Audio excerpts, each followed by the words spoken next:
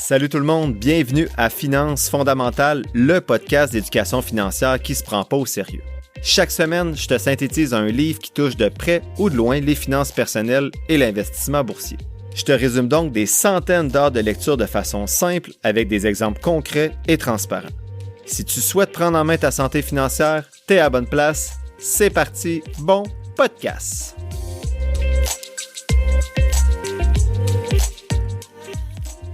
Salut tout le monde, bienvenue à ce 75e épisode de Finances fondamentales. Aujourd'hui, je vous fais la synthèse du livre de Scott Papp, écrit en 2017, qui s'intitule The Barefoot Investor.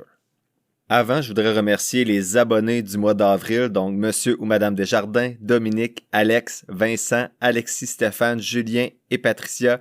Merci beaucoup pour votre soutien et je rappelle à tous les avantages des personnes abonnées, soit un épisode supplémentaire à chaque mois dans lequel je réponds à leurs questions et le partage de 3 outils que j'utilise, soit mon fichier, en fait, le fichier d'analyse que j'utilise rempli avec mes analyses de mars 2024. Donc, vous allez voir toutes mes analyses pour les 150, 170 compagnies que j'ai analysées en mars 2024.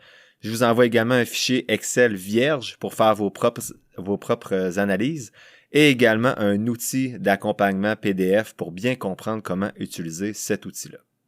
Avant de faire la synthèse du livre, je rappelle également un avertissement que les informations communiquées dans le podcast sont dans un but strictement éducatif et sont teintées par ma subjectivité. Ces informations-là ne constituent pas des conseils financiers, juridiques ou fiscaux agréés. Je t'invite à consulter un professionnel pour des conseils spécifiques à ta situation puisque je ne peux pas être tenu responsable de tes décisions financières. Donc, aujourd'hui, je fais la synthèse du livre de Scott Papp, The Barefoot Investor.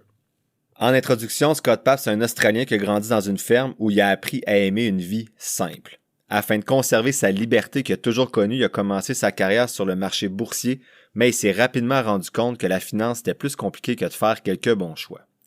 Aujourd'hui, c'est un expert financier. En fait, c'est l'expert financier le plus écouté d'Australie. Il intervient fréquemment à la télévision nationale et il vit dans une ferme encore avec sa femme et ses enfants. Ce livre-là, c'est son guide complet qui, depuis sa publication, s'est vendu à plus de 400 000 exemplaires et il est composé de 3 parties, soit planter, cultiver et récolter, dans lesquelles il présente les 9 étapes à suivre pour atteindre sa liberté financière. Donc, voyons ensemble aujourd'hui quelques mesures qu'on peut prendre pour améliorer nos finances dès aujourd'hui. Premier élément de synthèse, c'est avoir plusieurs comptes bancaires. Donc, il dit que ça se peut que votre partenaire n'aime pas autant que vous les feuilles de calcul Excel, l'établissement d'un budget ou les placements, vice-versa. Et il dit cependant que l'une des premières choses qu'il s'est rendu compte en matière de finances personnelles, c'est que c'est important pour les 2 personnes du couple de s'impliquer. Pour ça, il faut avoir un système suffisamment simple pour être compris et expliqué en quelques minutes et c'est pourquoi Scott a mis au point la stratégie de la napkin. Donc, il s'agit d'une structure à 3 compartiments pour gérer l'argent qui rentre dans le couple. Ces 3 compartiments de la stratégie napkin sont les suivants, soit le blow, donc souffler. Il s'agit du seau pour toutes les dépenses quotidiennes, quelques folies et un peu d'argent d'urgence. Donc, le premier compartiment, c'est le blow, le souffler. Il s'agit donc vraiment des dépenses qu'on va faire au quotidien. Ensuite, son deuxième compartiment, c'est le mojo.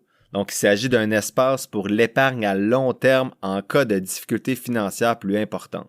Donc, dans l'idéal, ce seau-là de mojo devrait représenter 3 mois de dépenses. Et son troisième compartiment, c'est le seau de croissance, donc le grow. C'est l'endroit où sont placés vos investissements de retraite et pour votre patrimoine futur. Donc, en gros, honnêtement, là, on voit un petit peu le premier, le blow, c'est un peu le court terme, les dépenses quotidiennes, quelques plaisirs et l'argent d'urgence. Le mojo, c'est plus à moyen terme, en cas de difficultés financières importantes, donc 3 mois de dépenses. Et la croissance, c'est le grow, donc c'est vraiment tout ce qui est plus à long terme pour l'investissement. Il dit que vous pouvez mettre en place l'ensemble de ce système-là napkin avec 5 comptes bancaires. Donc, le premier, c'est un compte bancaire pour les dépenses au quotidien. Donc, il dit qu'il y a 60% de vos revenus qui vont être affectés dans ce compte-là pour couvrir tout ce qui est loyer, nourriture, hypothèque. Ensuite, le deuxième compte, ça va être le compte des petits plaisirs. Donc, il dit qu'il y a 10% de vos revenus qui vont être consacrés aux plaisirs à court terme comme le cinéma, des vêtements, restaurants, etc. Le troisième compte, c'est le compte sourire, donc 10% pour les récompenses à long terme, comme des vacances, par exemple, en famille à Walt Disney. Et le dernier 20%, c'est le compte extincteur, donc pour combler les trous brûlants dans vos poches comme les dettes de carte de crédit ou rembourser votre maison plus vite. Donc en gros, 60% pour vos dépenses essentielles de tous les jours comme nourriture, hypothèque, etc. Un compte pour les petits plaisirs à court terme, un compte pour les plaisirs à plus long terme et 20%, un peu comme un fonds d'urgence ou plutôt un compte pour rembourser vos dettes ou votre maison plus rapidement. Donc tous vos virements doivent être automatiques dans ces différents comptes-là. Et le 5e compte, c'est le compte Mojo, encore une fois.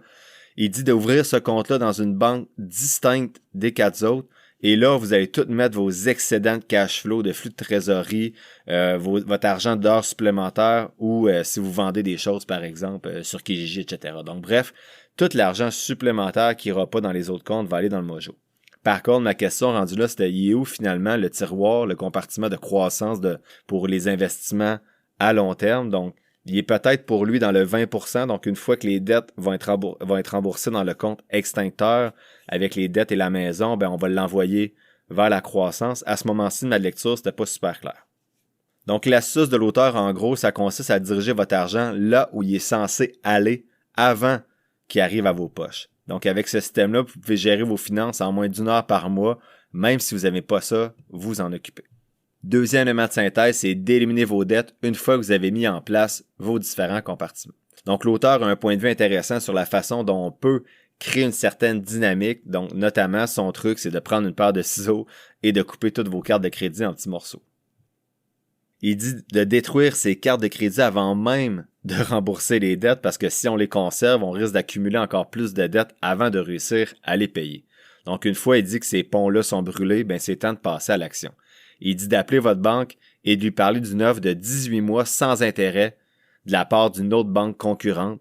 Donc, vous n'avez peut-être même pas cette offre-là, mais ce n'est pas nécessaire pour négocier avec votre banque actuelle.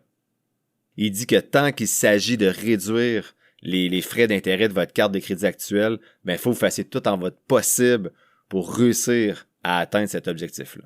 Une fois que vous allez avoir réussi à fixer des meilleures conditions, même si ce n'est pas bien sûr sans intérêt pendant 18 mois, ben vous pouvez commencer à utiliser l'argent de votre compte extincteur pour rembourser lentement vos dettes et faire avancer les choses. Je suis pas à 100% d'accord avec cette stratégie-là, je suis pas sûr. En fait, j'ai jamais essayé. Peut-être qu'on peut négocier un pourcentage d'intérêt avec nos cartes de crédit. J'ai jamais essayé ça. J'ai jamais vraiment eu de dette de crédit, mais pour moi, je pensais qu'il fallait être dans un processus de consolidation de dette pour que ça fonctionne. Mais bon, à vérifier de votre côté. Peut-être que ça fonctionne en Australie, pas au Canada. Bref, faites vos devoirs de ce côté-là. Donc, premier élément de synthèse, c'était faire ses différents comptes avec des virements automatiques. Deuxième, c'était de rembourser ses dettes. Le troisième élément clé du livre, c'est d'acheter une maison. Donc, selon l'auteur, l'achat d'un bien immobilier, c'est un plan d'épargne à long terme. Il est toujours préférable d'acheter un logement plutôt que de le louer selon l'auteur, même selon les différents contextes économiques et la fluctuation des prix qui peuvent subvenir dans le cas des maisons. Il dit que toute personne qui souhaite acheter un logement ou une maison ou un condo devrait consacrer de l'argent à la mise de fonds et ne pas tenir compte des facteurs externes de l'économie. Il dit que les bulles immobilières sont monnaie courante et on ne peut pas contrôler le marché. Cependant, on a tous le contrôle de nos revenus, de notre épargne et de nos dépenses. Il rappelle, comme on se l'a dit quelques fois sur le podcast, de ne pas s'acheter une maison ou un condo qu'on ne peut pas se permettre même si la banque nous dit qu'on peut se le permettre. Il dit que c'est tentant d'accepter un prêt super généreux, mais il faut être conscient qu'on va devoir rembourser ce prêt-là à long terme. Il dit donc de s'assurer qu'on peut se permettre d'emprunter ce montant-là tout en se prévoyant une marge de manœuvre supplémentaire. Il dit qu'on devrait toujours mettre la mise de fonds minimum de 20% à l'achat d'une propriété pour se prouver qu'on est capable de se la permettre. Il dit que d'un autre côté, on ne veut pas non plus s'acheter une maison trop petite. Donc, l'idée d'une petite maison de départ dans l'intention d'aménager plus tard dans un logement peut-être plus grand, c'est rarement payant. Il dit qu'en effet, les coûts d'achat d'une maison sont importants et il vaut mieux éviter de déménager trop souvent d'une maison différente à une autre. Enfin, il dit que la décision d'acheter une maison est importante et représente une énorme responsabilité financière. Cependant, il existe des moyens d'être intelligent et astucieux afin de tirer le meilleur parti de l'argent que vous avez dans les poches. Après ce bout-là du livre, je trouvais que c'était différent de certains autres auteurs, donc c'était intéressant d'avoir différents points de vue. Vous en pensez quoi? Donc, je rappelle de calculer les chiffres lorsque vous réfléchissez entre acheter ou louer et d'intégrer aussi dans votre calcul l'aspect qualitatif, donc vos émotions, vos désirs personnels. C'est pas toujours juste mathématique non plus, l'achat d'une maison. Quatrième élément de synthèse, c'est quitter votre banquier. Donc, le principal message de l'auteur dans le livre, c'est vraiment de bousculer la norme et de commencer à économiser des dizaines de milliers de dollars tout en remboursant votre prêt hypothécaire plus rapidement. Donc, il y a vraiment un accent dans ce livre-là sur pas seulement, en fait, rembourser sa maison avant même d'investir potentiellement en bourse. Il y a deux façons de procéder selon lui. Il veut qu'on fasse les deux. Donc, réduire le taux d'intérêt des dettes qu'on paye et faire des remboursements supplémentaires sur la maison. Donc, pour lui, la façon de se débarrasser de son lien avec la banque, c'est de rembourser sa maison parce que, bien sûr, on est attaché avec la banque avec notre prêt hypothécaire. Donc, il donne un bon exemple qui montre en fait comment on peut économiser plus de 70 000 $ et réduire de près de 7 ans la durée de son prêt hypothécaire avec 3 règles simples. Je fais une petite pause pour vous parler de Christine Pelletier, qui est conseillère en sécurité financière et représentante en épargne collective chez GFM Groupe Financier. Je me rends compte avec tous mes accompagnements qu'il y a certaines personnes qui peuvent être intimidées par l'investissement autonome ou qui ont tout simplement pas la même passion que moi pour gérer leur placement. Si vous vous reconnaissez là-dedans, Christine pourrait être la personne pour vous accompagner. Avant de vous la référer, vous pouvez être sûr que j'ai fait tous les devoirs que je vous dis de faire avec les personnes qui vous accompagnent pour vos finances et je lui ai posé toutes les questions qu'on a vues jusqu'à maintenant sur le podcast. Christine est en plus une fidèle auditrice du podcast et c'est une vraie passionnée de finances. Elle utilise une approche personnalisée et ajuste son accompagnement selon vos besoins. Et plus beau dans tout ça, c'est qu'elle offre des FNB indiciels comme je vous suggère de le faire depuis le début du podcast. Elle peut aussi vous accompagner pour vos besoins d'assurance vie, d'invalidité et de maladies graves. Vous trouverez toutes les informations nécessaires pour la contacter dans la description de l'épisode. Merci à Christine Pelletier et GFM Groupe Financier d'aller au-delà de la finance et de soutenir le podcast.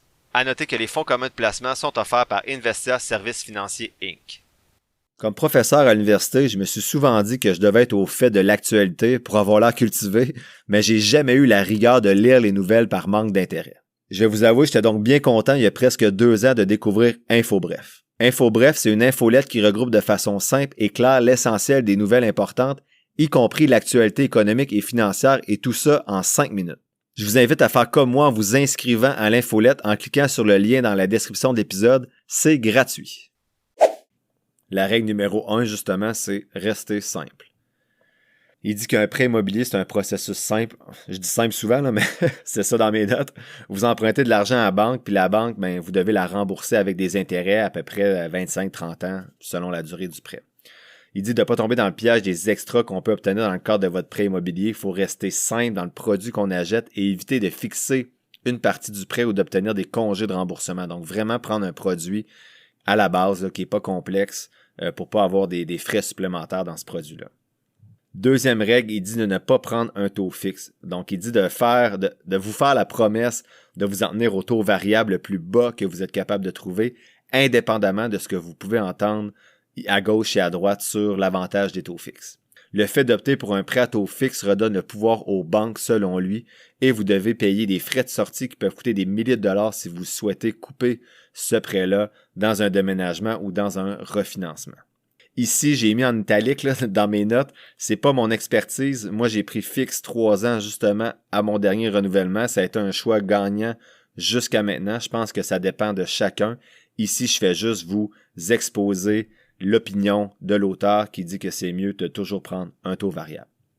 Et sa troisième règle, c'est d'obtenir le taux le plus bas possible. Donc, il dit que ça coûte à une banque environ 1000 $ en frais de marketing pour vous remplacer et davantage si vous passez par un courtier en prêt hypothécaire qui verse à qui il doit verser des commissions. Dans son livre, cette règle est accompagnée d'instructions spécifiques de l'auteur sur la manière de rédiger votre appel téléphonique à votre banque pour réussir à diminuer votre taux. Il dit que ça peut vous faire économiser 22 000 $ sur votre prêt sur une hypothèque de 400 000 $ sur 18 ans à 4 %. En gros, il dit d'appeler votre banque et de la menacer de la menacer en disant que vous allez quitter pour une autre banque, à moins qu'elle ne baisse votre taux. Il dit de rester ferme s'ils disent non, de tenir votre parole et de changer de banque si vous avez déjà trouvé, bien sûr, un taux plus avantageux ailleurs et de les rappeler et d'essayer même un autre jour plus tard. S'ils refusent toujours et que vous avez plus de 20% de votre capital déjà remboursé sur votre maison, pour pas être frappé, bien sûr, sur la SCHL si vous changez de place, et il dit de dire au revoir à votre banque, de baisser votre taux d'intérêt ailleurs. Donc, en gros, appelez, négociez et si ça ne marche pas, il faut que vos bottines suivent vos babines et que vous changez d'institution. Est-ce que c'est mon genre de faire ça? Non, j'aime pas bien négocier, mais peut-être que si vraiment vous trouvez un taux d'intérêt plus intéressant ailleurs et que ça compense même les frais de bris de contrat, peut-être que ça peut être une stratégie à adopter, mais c'est pas un conseil, encore une fois, que je donne. Enfin, dans sa deuxième partie, donc une fois que vous avez réussi à appliquer ces 3 règles-là, l'auteur dit de commencer à effectuer des versements supplémentaires sur votre prêt immobilier. Si vous avez suivi ces étapes-là, il dit que vous allez avoir de l'argent sur votre compte extincteur à ce moment-là, donc le 20% automatique qui passait de votre paye à votre compte extincteur. Il dit que si vous pouvez payer 1000 $ de plus par mois, en plus de vos remboursements minimum automatiques, tout en obtenant un taux d'intérêt plus bas, il dit que vous allez être en mesure à peu près d'économiser 77 000 $ en intérêt sur 18 ans et d'effacer presque 7 ans de votre hypothèque régulière si, dans son exemple, c'était vraiment avec une hypothèque de 400 000 sur 18 ans. Je dois nuancer ici, donc c'est un auteur, puis c'est correct, là, c'est sa philosophie, mais vraiment centré sur le remboursement le plus rapide de l'hypothèque, comme on entend parfois avec Dave Ramsey, là, je vais vous résumer un de ses livres dans les épisodes 80 à peu près, probablement. Je nuance, pour moi, c'est plus logique d'investir ailleurs que de rembourser son taux hypothécaire si ce taux-là est plus bas que des rendements historiques sur le marché boursier. Donc, pour moi, une hypothèque en bas de 6%, j'aurais pas tendance à la rembourser, alors qu'une hypothèque en haut de 6%, je commencerais à y penser parce que si vous dormez mieux quand vous n'avez aucune dette, c'est bien correct. Mais encore une fois, c'est propre à chacun. C'est pas des conseils, consultez un professionnel, mais dans mon cas, c'est vraiment ce que je ferais. En bas de 6%, il n'y a aucune chance que si mes comptes fiscaux, là, avantageux, c'est mal formulé, mais si mon CELI, un CELIAP est disponible, par exemple, ou mon REER même, il n'y a aucune chance que j'investisse, que je rembourse mon hypothèque plus rapidement si c'est en bas de 6%. Je ne ferai plus cette erreur-là.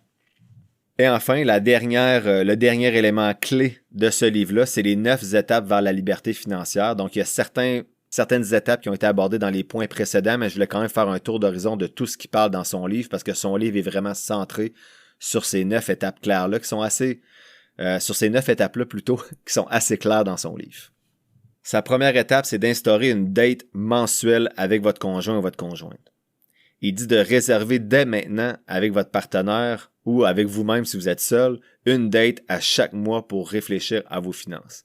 Il dit que les soirées en amoureux ou seul sont le moyen idéal de suivre l'évolution de vos objectifs financiers et de vérifier si vous vous en tenez aux étapes que vous avez prévues. Il dit de rendre ces soirées-là agréables en passant le tout en revue autour d'un verre de vin ou d'un bon repas. Vous pouvez même essayer un nouvel endroit chaque mois, mais il dit de ne pas oublier de faire en sorte que ce soit amusant et que vous ayez hâte de faire cette rencontre-là mensuelle pour parler de finances. Il rappelle rapidement ici que c'est également important d'examiner vos comptes et d'examiner vos assurances aussi en couple. Est-ce que vous êtes couvert pour tout ce dont vous avez besoin, notamment si vous avez des enfants, par exemple. Deuxième étape, c'est les buckets, donc les différents compartiments qu'on a parlé au point 1. La troisième étape, c'est de payer les dettes, on a parlé au point 2. Quatrième étape, c'est d'acheter une maison, on a parlé au point 4. Cinquième étape, c'est d'optimiser votre richesse. Donc ça, on a moins parlé. Dans cette étape-là, l'auteur aborde la question de l'achat d'un immeuble à revenus.